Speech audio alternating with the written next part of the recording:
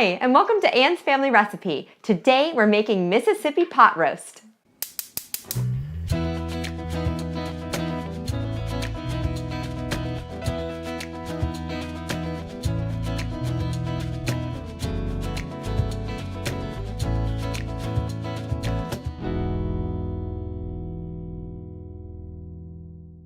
I've seen recipes for Mississippi pot roast floating around on the internet for a while now, and I've wanted to give it a try myself.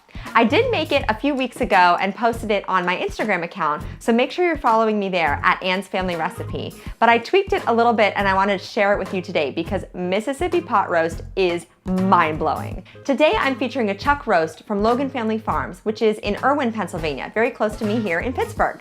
And I really wanted to feature another one of their dry-aged meats because it's coming up on farmers market season.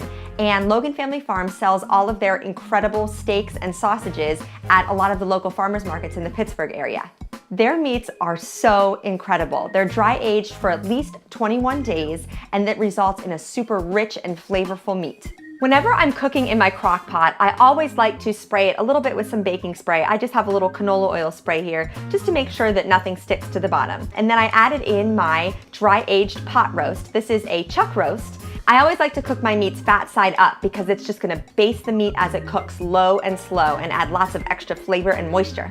Next, I used a brown gravy seasoning. I just found this packet at Aldi, and I'm gonna sprinkle it over top. It gives this nice, savory, salty flavor. The usual Mississippi roast recipes call for 1 packet of dry ranch seasoning, and I typically don't have that on hand, so I kind of created my own version. I used about a half a teaspoon of onion powder and a half a teaspoon of garlic powder. I also used about a half a teaspoon of dried dill. And then just a little pinch of salt because I know everything else is gonna be pretty salty, and a sprinkling of pepper. Next, you're gonna top this meat with a whole stick of butter. And I'm telling you what, it is absolutely worth it. The flavor in the end is unbelievable. Now, we're topping this off with a handful of pepperoncini, which are those little pickled peppers. They're a little bit spicy. So about a 1/4 cup of the juice from the pepperoncinis goes in as well. Then I'm gonna pop my lid on and turn the heat on to low. And this can cook anywhere from about 6 to 8 hours until it gets super tender. You'll be able to pull it apart with a fork. We'll slice ours up. It's gonna fall apart and be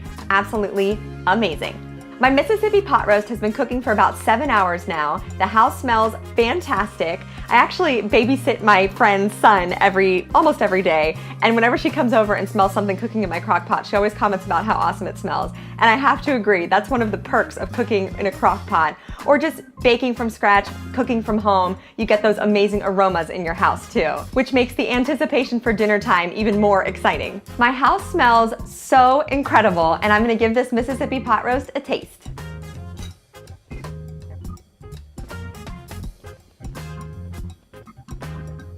Oh my gosh. This is flavor on flavor on flavor. It is so, so incredible. First of all, you've got this dry-aged pot roast from Logan Family Farms. Super tender, super juicy, really, really rich and flavorful. It's incredible. Probably the best pot roast meat that I've ever tried in my life. And then you have this incredible buttery sauce. It is really, really savory and just bursting with flavor. This is a must-try recipe. Don't forget to subscribe to my channel and follow me on Instagram at Anne's Family Recipe. Thank you so much for joining me in my kitchen today, and I'll see you again soon with another family recipe. For the full recipe, check the description box below, and don't forget to subscribe to my channel. Thanks for joining me in my kitchen.